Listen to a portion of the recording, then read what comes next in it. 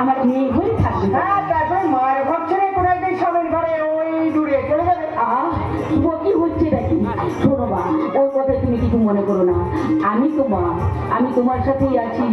তাই তো সব দুঃখ ভুলে তুমি নিজেকে এবারের পুত্র মতো ভেবে আনন্দ করো মা, আনন্দ করো, আনন্দ করো। আমার সে খুশি কেউ নয় মা।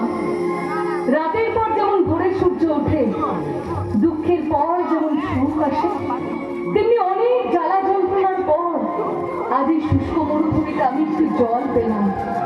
ঈশ্বর যেমন অন্ধকার কাটিয়ে ভোরের আলো জেলে দেয়, তেমনি আপনার আমার অন্ধকারময় জীবনে ভোরের আলো জেলে দিয়েছেন। শুধু আশীর্বাদ করুন, আমি যেন এই সংসারে স্বর্গ রচনা করতে পারি। আজ আমার জীবন প্রদীপটা নিভিয়ে দেওয়ার জন্য আত্মহত্যার পথ বেছে নিয়েছিলাম।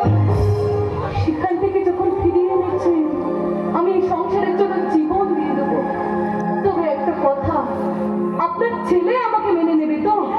মৃত্যুর মুখ থেকে ফিরে এসে জীবন যন্ত্রণায় জ্বলে পুড়ে মরতে হবে না তো?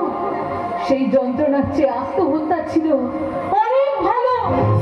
না না মা, আমি মা, আমার উপর এইটুকু ভরসা রাখো মা।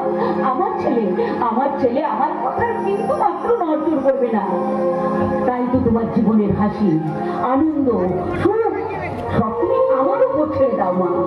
ফুলের মালার বদলে শঙ্করধ্বনি সিঁদুর টানের পবিত্রতা বজায় থাকবে।